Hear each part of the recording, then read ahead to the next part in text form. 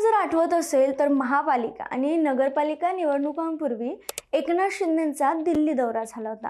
आता हा दिल्ली दौरा कशासाठी झाला होता तर भाजपमधील रवींद्र चव्हाण यांच्याबद्दल नाराजी व्यक्त करण्यासाठी भाजपमध्ये शिवसेनेच्या अनेक नेत्यांचा पक्षप्रवेश होतो यासाठी त्याचं मुख्य कारण होतं. मग यानंतर महाराष्ट्रातील महापालिका नगरपालिका निवडणुका पार पडल्या, निकाल लागला. मुंबईत पाहायला गेलं तर शिंदे गटाला अपेक्षित यश असं मिळालं नाही. ठाण्यात फक्त 25 जागा तर मुंबईत 29 जागा, म्हणजेच सत्तेच्या समीकरणात जास्त प्रभाव पडला नाही इतका आकडा नव्हताच.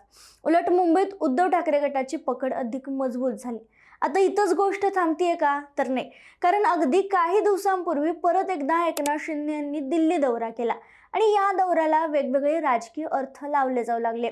सध्या महाराष्ट्रात चर्चेत असणारं खरात प्रकरणही या दौऱ्यासंबंधाशी जोडलं गेलं.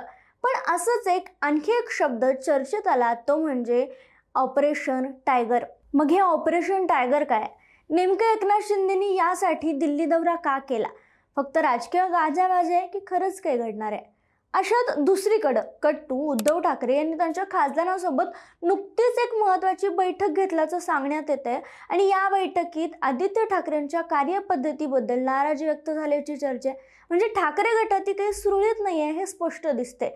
शिवाय अजून एक बोलायचं झालं तर राज्यसभेच्या निवडणुका नुकताच पार पडल्यात.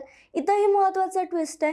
प्रियंका चतुर्वेदी यांना उमेदवारी हवी होती, त्यांना मिळेल अशी चर्चा होती, पण ठाकरे गटातून त्यांना डावलण्यात आलं किंवा महाविकास आघाडीत ही जागा राष्ट्रवादीला गेली आणि ही नाराजी इतकी वाढली की प्रियंका चतुर्वेदी ही जी बैठक झाली त्या बैठकीतून उठून गेल्या असं सांगण्यात येते.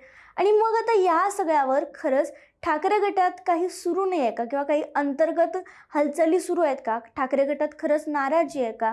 काय आहे ऑपरेशन टायगर? या सगळ्या घटनांची लिंक कुठे आणि कशी लागतीये? चला बोलूयात.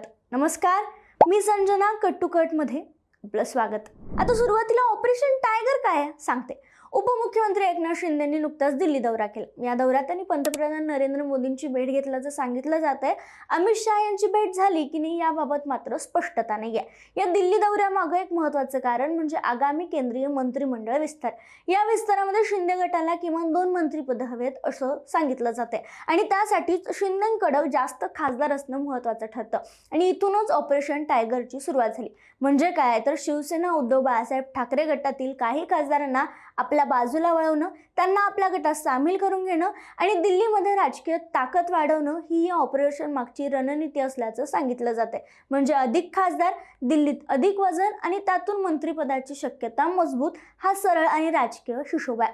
याच संदर्भात ऑपरेशन टायगरची चर्चा एकनाथ शिंदेंनी दिल्लीत जाऊन नरेंद्र मोदी आणि अमित शहांशी केल्याचं सांगण्यात येते. आता यावरच बोलताना शिंदे गटातील महत्त्वाचे नेते उदय सामंत म्हणाले की ऑपरेशन टायगरसाठी शिंदेंना दिल्लीला जाण्याची गरज नाही, खासदार स्वतःहून संपर्कात येत आहेत असं ते म्हणाले आणि एका वाक्यात विषय संपवला. आणि मग जेव्हा ठाकरेंचे खासदार शिंदे गटाकडे जाणार अशी चर्चा सुरू झाली तेव्हा याच पार्श्वभूमीवर नुकताच मुंबईत ठाकरे गटाची बैठक पार पडली. म्हणजेच ऑपरेशन टायगरच्या चर्चेच्या छायेत झालेल्या या बैठकीकडे सगळ्यांचं लक्ष लागलं होतं. या बैठकीत उद्धव ठाकरे सगळ्या खासदारांना म्हणाले, माझा तुमच्यावर विश्वास आहे. मला भाजप राष्ट्रवादीचे लोक सांगतात तुमचे खासदार फुटणार आहेत, पण माझा तुमच्यावर विश्वास आहे. ही सर्व लढाई मी तुमच्या भरोशावर लढत आहे असं उद्धव ठाकरे म्हणाले. मात्र याशिवाय या बैठकीत ही जी बैठक आहे ती सगळ्या खासदारांची झाली. उद्धव ठाकरेंकडे राज्यसभेचे 2 आणि लोकसभेचे 9 असे 11 खासदार आहेत. मात्र या बैठकीत 10च खासदार उपस्थित होते आणि 1 खासदार गैरहजर होता. आता नेमकं उद्धव ठाकरेंकडे किती खासदार आहेत तर बघा, दक्षिण मुंबई लोकसभा मतदारसंघातून अरविंद सावंत, दक्षिण मध्य मुंबईमधून अनिल देसाई, ईशान्य मुंबईमधून संजय दिना पाटील, परभणीमधून संजय जाधव, धाराशिव लोकसभा मतदारसंघातून ओमराजे निंबाळकर, भाऊसाहेब वागचौरे शिर्डी लोकसभेतून, नाशिक लोकसभेतून राजाभाऊ वाजे, तर यवतमाळ वाशिम लोकसभेतून संजय देशमुख आणि हिंगोली लोकसभेतून नागेश पाटील आष्टीकर. आता उद्धव ठाकरेंचे 2 राज्यसभेचे खासदार कोण तर प्रियंका चतुर्वेदी आणि संजय राऊत. आता या बैठकीत उपस्थित राहिले ते म्हणजे परभणीचे खासदार संजय जाधव. उद्धव ठाकरेंनी जेव्हा बैठक झाली खासदारांसोबत अशी पोस्ट टाकली तेव्हा या पोस्टमध्ये किंवा फोटोमध्ये संजय जाधव दिसत नव्हते आणि मग चर्चेला उधाण आलं. आता अजून एक महत्त्वाचं म्हणजे राज्यसभेचे मी वर्णन केल्याप्रमाणे संजय राऊत आणि प्रियंका चतुर्वेदी हे 2 खासदार. आणि मी सुरुवातीला उल्लेख केला त्याप्रमाणे प्रियंका चतुर्वेदी यांचा राज्यसभेचा कार्यकाळ संपतोय, त्यांना पुन्हा उमेदवारी हवी होती. यासाठी ठाकरे गट प्रयत्नशील होता. आदित्य ठाकरेंनी तशी मागणी महाविकास आघाडीत केली होती, मात्र वेगळीच प्रक्रिया इथं दिसत होती महाविकास आघाडीत. दुसरीकडे संजय राऊत सुरुवातीपासूनच शरद पवारांच्या नावाचा आग्रह राज्यसभेसाठी धरत होते. त्यामुळे महाविकास आघाडीत ही जागा राष्ट्रवादी काँग्रेसला सुटली. शरद पवार राज्यसभेवर गेले. परिणामी प्रियंका चतुर्वेदी यांचं नाव मागे पडलं आणि मग याच बैठकीत प्रियंका चतुर्वेदी यांनी आपली नाराजी मांडल्याची माहिती समोर येते. प्रियंका चतुर्वेदी यांनी संजय राऊत यांनी शरद पवारांचं नाव का घेतलं असा सवाल या बैठकीत केलाय. आणि यावरच बोलताना उद्धव ठाकरे म्हणाले, ते संजय राऊत बोलले म्हणून काय झालं, पक्षप्रमुख मी आहे, ते बोलले म्हणून काय झालं, शेवटी निर्णय मीच घेणार आहे असं म्हणत उद्धव ठाकरेंनी संजय राऊत यांची बाजू घेतली. त्यामुळं या बैठकीतील नाराजीमुळे प्रियंका चतुर्वेदी बैठकीत भडकल्या आणि उठून गेल्या असंही सांगितलं जात आहे. आता या चर्चा किती खऱ्या हे मात्र सांगता येत नाही. विशेष म्हणजे या बैठकीत खासदारांनी आदित्य ठाकरेंवरही नाराजी व्यक्त केली आहे. आदित्य ठाकरे महाराष्ट्रभर फिरत नाहीत.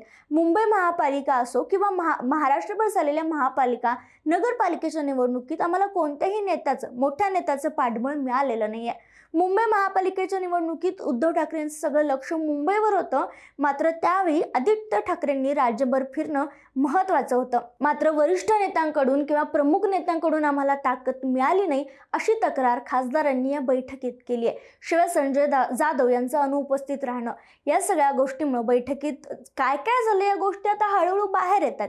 हा व्हिडिओ बनवेपर्यंत जेवढ्या गोष्टी आमच्यापर्यंत आल्या त्या गोष्टी आम्ही तुमच्यापर्यंत पोहोचवण्याचा प्रयत्न केलाय.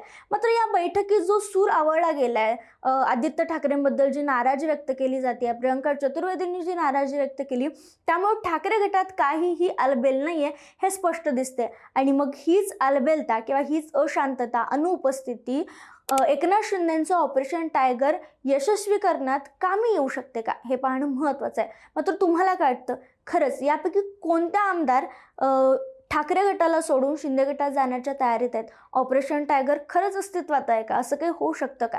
काय वाटतं आम्हाला कमेंटमध्ये कळवायला विसरू नका.